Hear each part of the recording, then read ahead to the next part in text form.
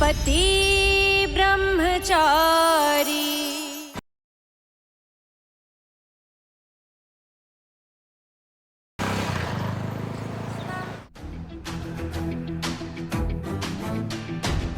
బాబాయ్ బాబాయ్, నా బాలు పైన ఉన్న బుట్టలో ఇరుక్కుపోయింది. ప్లీజ్ దాన్ని తీసేయండి, నా ఫ్రెండ్స్ వెయిట్ చూస్తున్నారు.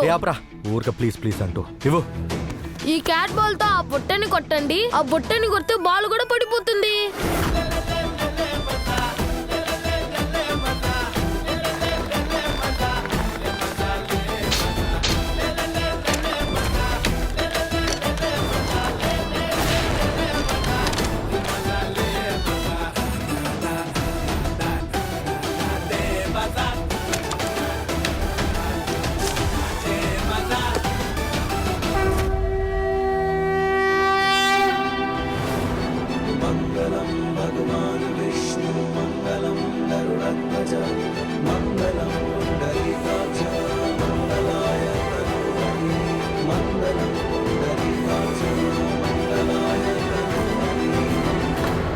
నా మ్యాజిక్ చూసారా?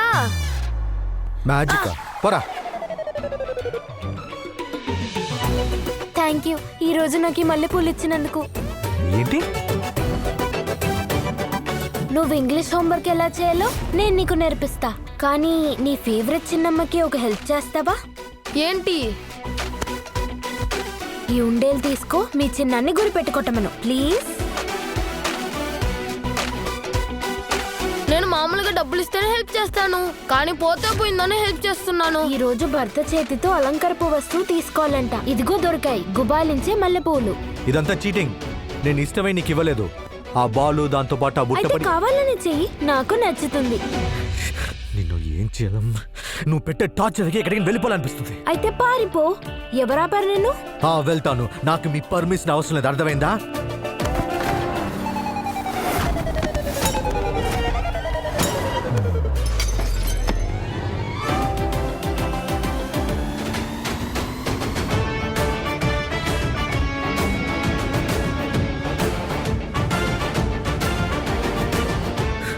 సారీ, కాలు జారి అలా జరిగింది. పర్వాలేదు పర్వాలేదు, ఇట్స్ ఓకే. ఇందులో నీళ్లు కాదు, రోజ్ వాటర్ ఉన్నాయి. నాకు ఇంకో అలంకరణ దొరికింది, రోజ్ వాటర్.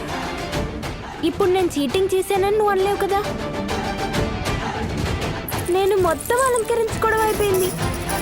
నేను చూడడానికి ఎలా ఉన్నాను? చాలు, ఇప్పటికీ చాలా ఎక్కువైంది.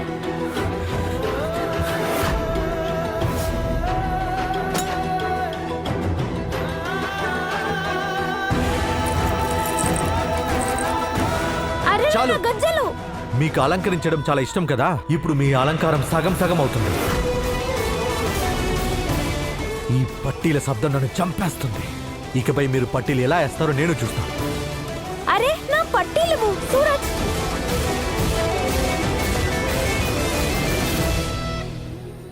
ఆషాఢ మాసంలో సోమవారం రోజులు పూజలు చేస్తే ఇష్టమైన భర్త దొరుకుతాడట. ఒకవేళ నేను ఇష్టపడినా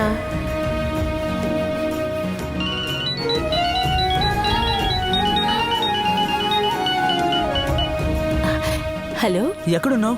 నువ్వెందుకు రాలేదు? నువ్వు బాగానే ఉన్నావు కదా? నేను బాగున్నాను. యాక్చువల్లీ ఆషాఢ మాసం మొదలైంది కదా, అందుకని ఆషాఢ మాసం మొదటి రోజు ఇంట్లో పూజ జరుగుతుంది. ఒక్క నిమిషం, చాట్ బాక్స్ లో ఒకటి పంపించాను, చెక్ చేయండి. ఇషా వదిన పూజ కోసం అందంగా రెడీ అయ్యారు, చూడడానికి చాలా బాగున్నారు.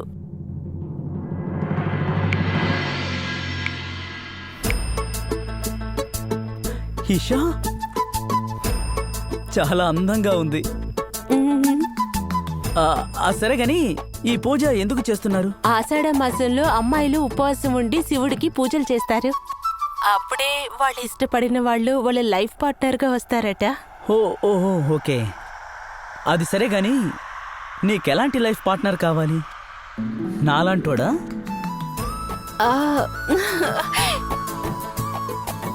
సరే సరే, కోపడకు. నేను ఊరికే కామెడీ కన్నాను, కంగారు పడకు. అదే పూజకి టైం అయింది, నేను ఇప్పుడు వెళ్తున్నాను.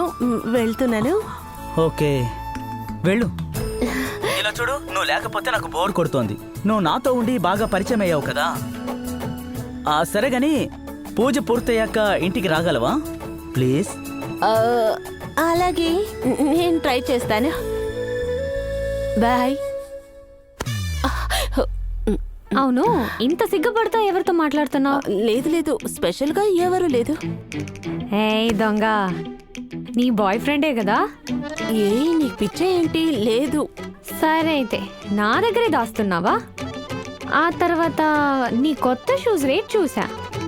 చూసేవా? అది 1000 రూపాయలు. ఊరికే చెప్పకూడదు, భలే వాళ్ళని పట్టేశారు కదే. ఇలా చూడు, నేను ఒకటి చెప్పనా? నువ్వు కొంచెం బోరైన అమ్మాయివి, అందువల్ల కొన్ని రోజులు బోర్ కొట్టేస్తావు. నువ్వు ఓ పని చెయ్యి, వాడి నంబర్ నాకు ఇవ్వు. అలాగే నా అందంతో అతన్ని మాయ చేసి నన్ను వదలకుండా చేసుకుంటా. అందరు అబ్బాయిలు అలాంటి వాళ్ళు కాదు. అందరు అబ్బాయిలకి టక్కు టక్కు మాట్లాడే అమ్మాయిలంటే ఇష్టమే ఉండదు. కొంతమంది అబ్బాయిలకి నెమ్మదిగా ఉండే అమ్మాయిలు కూడా ఇష్టమే. అందరు అబ్బాయిలు ఒకేలాంటోళ్ళే. అమ్మాయిలు కొంచెం అటెన్షన్ ఇస్తే చాలు, వాళ్ళ నిజ స్వరూపం చూపిస్తారు. అర్థమైందా? రారా, పూజకి టైం అవుతుంది. అలాగే నుంచొని ఉండకు. ఒకవేళ ఆరవ్ కూడా అందరు అబ్బాయిలాగే ఉంటాడా? లేదు లేదులే. ఓరి నాయనా,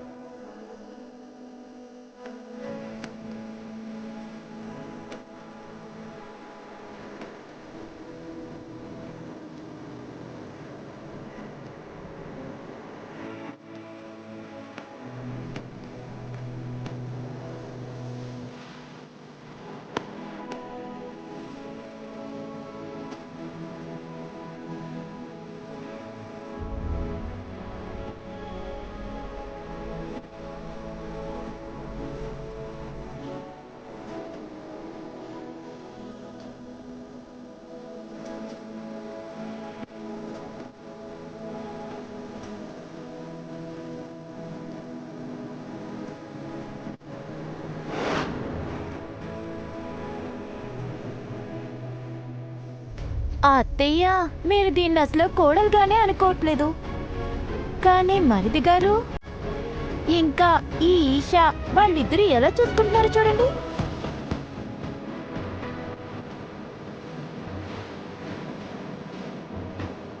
చూడండి, ఒకరికొకరు కన్ను ఆర్పకుండా ఎలా చూసుకుంటున్నారు.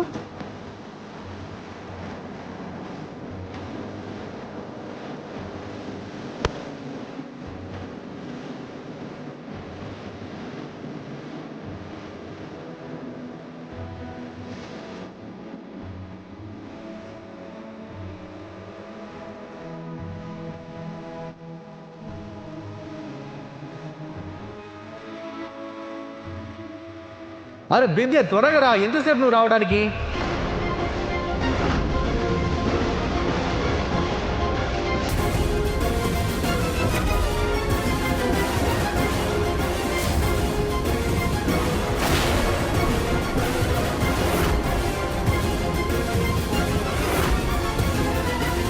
వచ్చే.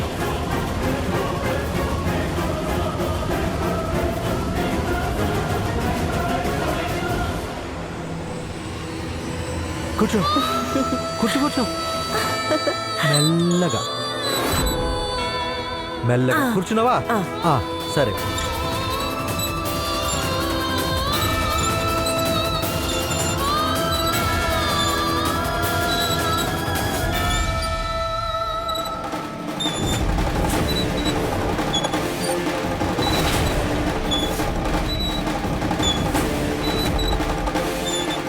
సూరజ్, ఈ ఆచారం భార్యాభర్తలది కదా, అప్పుడు హక్కు భార్యదే కదా. అందుకనే ఉయ్యాలలో బిందియాని కూర్చోపెట్టాను.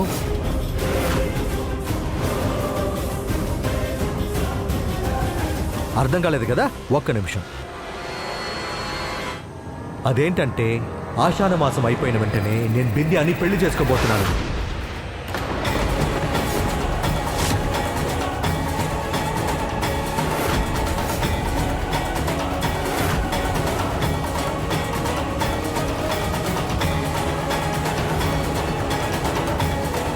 చెయ్యి ఇలా ఇవ్వు.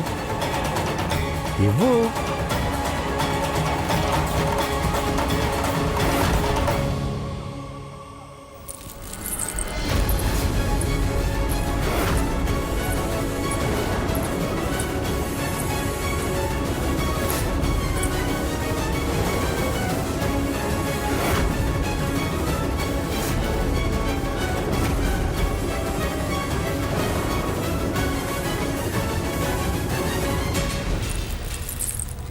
నువ్వు పట్టీలు వేసుకొని నడిచొచ్చే శబ్దం వింటూ ఉంటే నాకు ఆనందంగా ఉంటుంది. ఓరి దేవుడా, రక్షించయ్యా. నేను చెప్పాను కదా, నా సూరజ్ ఎప్పటికీ దీనికి భార్య అనే గౌరవం ఇవ్వడని. పెద్ద బయలుదేరింది నా కోడలైపోవడానికి. ఏంటి దారుణం?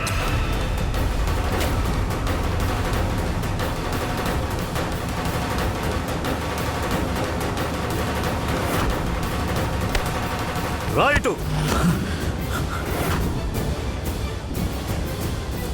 నీకు ఈషాకి పెళ్ళైపోయింది. లేదు, ఈషాకి నాకు జరిగింది పెళ్లి కాదు, అదొక ఒప్పందం.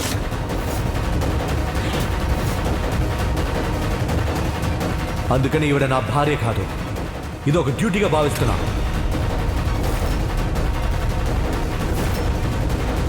నాకు అసలు పెళ్ళే జరగలేదు.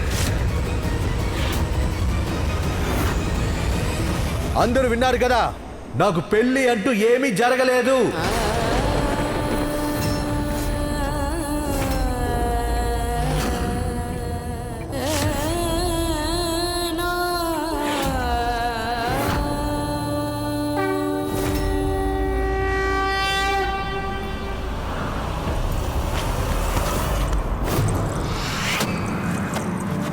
అయ్యో,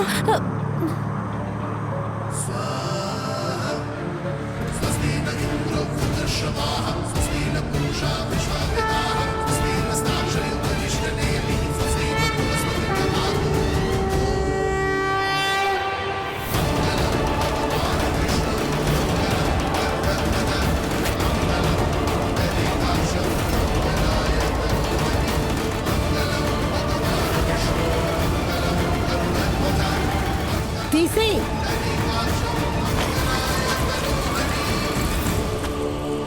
నువ్వు నన్ను పెళ్లి చేసుకున్నావు, నేను ఉండగానే రెండో పెళ్లి చేసుకుంటావా?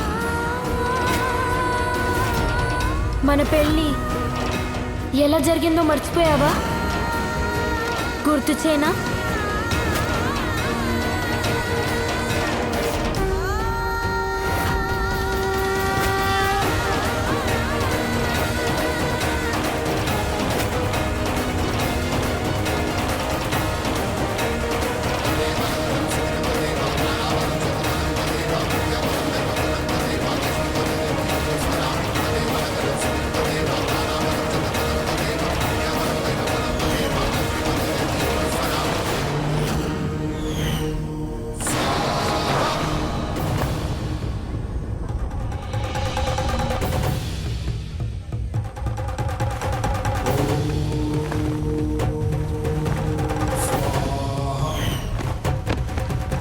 నానా, మీరు ఇలా చేయకూడదు.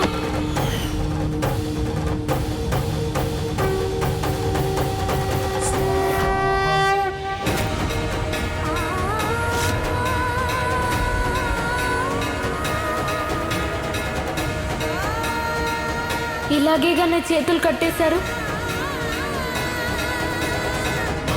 ఇలాగే కదా ఇద్దరం అగ్ని చుట్టూ తిరిగాం.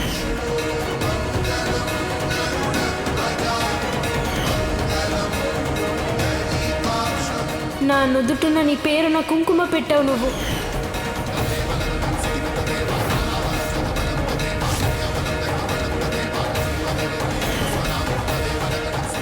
నువ్వు నాకు తాళి కట్టి నీ భార్యని చేసుకున్నావు. చెప్పు, అంతా మర్చిపోయావా? లేదు, అలాంటిది ఏం జరగలేదు, నాకేం గుర్తులేదు. ఒకవేళ మనకి పెళ్లి జరిగి ఉంటే దానికి మీకైనా ఆధారం ఉందా? మన పెళ్లి జరిగినట్టుగా మీ దగ్గర ఆధారాలు ఉన్నాయా? లేదా మన పెళ్లిని ఎవరైనా చూసారా? అటువంటి ఏమీ లేవు. అందువల్ల మళ్ళీ మళ్ళీ పెళ్లి పెళ్లి అంటూ నన్ను విసిగించకండి. ఏంటి అర్థమైందా?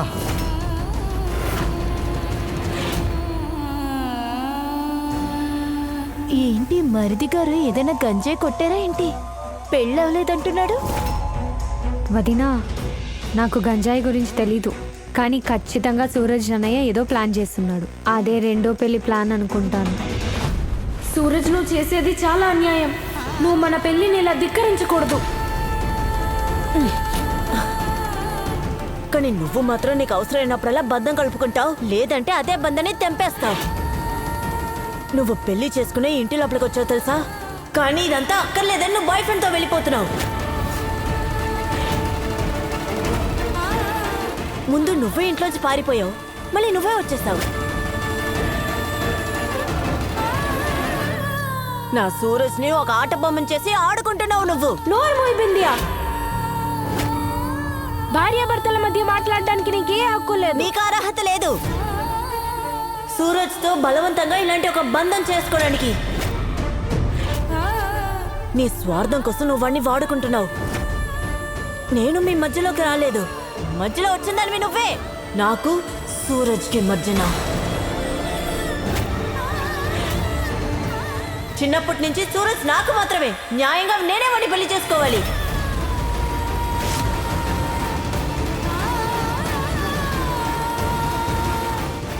ఈ రోజే ఈ మహారాణిని ఎదిరించడానికి ఒకటి వచ్చింది. సభాష్ బిందియా. సరే, నువ్వు మన పెళ్లిని ఒప్పుకోలేదు కదా, నువ్వు నన్ను భార్యగా ఒప్పుకోలేదు కదా, అయితే ఇదేంటి?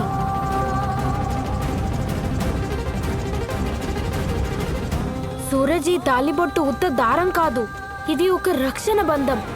ఇది ఒక్కొక్క భర్త తన భార్యకి కట్టి తనకి నమ్మకం ఇస్తాడు, నిన్ను వదిలి ఎప్పటికీ వెళ్ళను అని. దీన్ని నువ్వు నా మెడలో కట్టలేదంటే మరి ఎవరు కట్టారు? ఇలాంటి ముత్యమాల చైన్లు మార్కెట్లో చాలా చాలా దొరుకుతాయి మేడం. ఇలా మాట్లాడడం వల్ల ఉపయోగం లేదు. నీ మెడలో ఉన్న తాళి గురించి నాకు దిగులే లేదు, అలాగే ఈ పెళ్లి గురించి నాకు దిగులే అస్సలు లేదు. అస్సలు దీనికి ఏమీ అర్థం లేదు.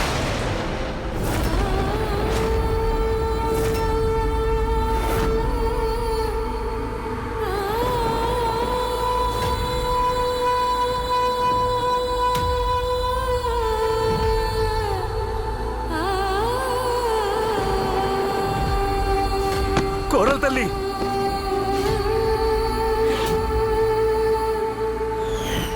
అయ్యగారు, మీరు చెప్పిన విషయాన్ని నేను చెప్పింది నువ్వు చేసి తీరాలి. నా కూతురు అంత త్వరగా నీ ఇంటి నుండి రాదు. తనని పంపించటానికి తనతో ఉన్న బంధాన్ని నువ్వు తెంచుకోవాలి. అవును, నువ్వు తనతో బంధాన్ని తెంచుకునే తీరాలి. తను ఏ బంధాన్ని చూసుకొని తను జీవితం మొత్తం తను బ్రతకాలని చెప్పి ఆలోచిస్తుందో ఆ బంధానికి అర్థం లేదని తను తెలుసుకోవాలి. ఇలా చూడు సూరజ్, నీకు తనకి పెళ్ళైన విషయం ఎవ్వరికీ తెలియదు, ఎవరూ చూడలేదు. అది నీ అవకాశంగా ఉపయోగించుకో. ఈషాతో చెప్పే అదేంటంటే నువ్వు బిందియాని మళ్ళీ పెళ్లి చేసుకుంటానని.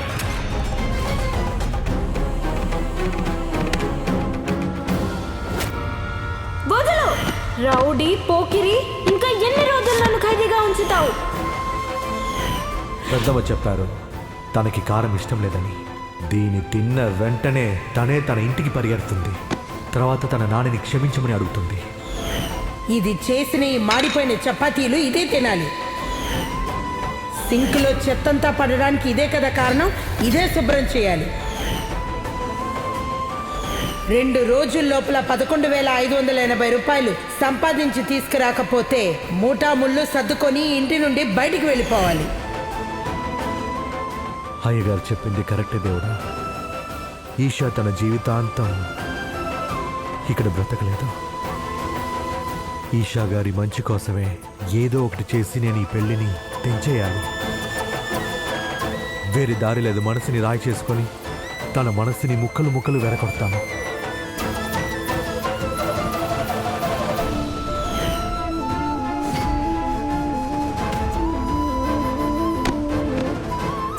ఏమన్నావు? నువ్వు ఇప్పుడేమన్నావు? కోడలు కట్టుకున్న తాళి గురించి నీకు అక్కర్లేదు, దాని గురించి బాధ్యత లేదా?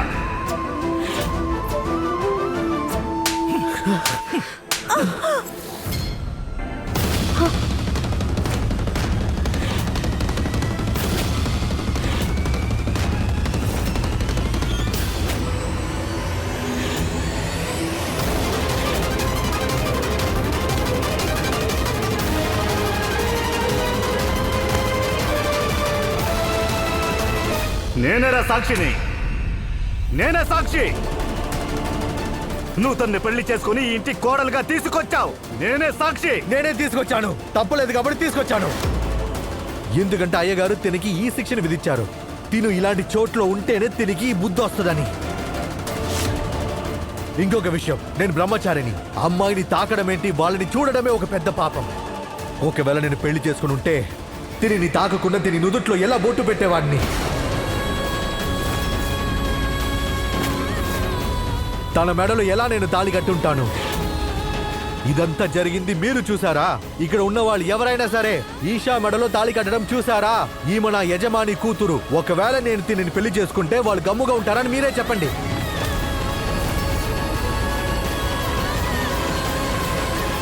మేము పెళ్లి చేసుకుంది ఇక్కడ ఉన్న ఎవరు చూడలేదు. అలాంటప్పుడు మీరందరూ ఎలా సాక్ష్యం అవుతారు? మాకు పెళ్ళంటూ ఏది జరగలేదు.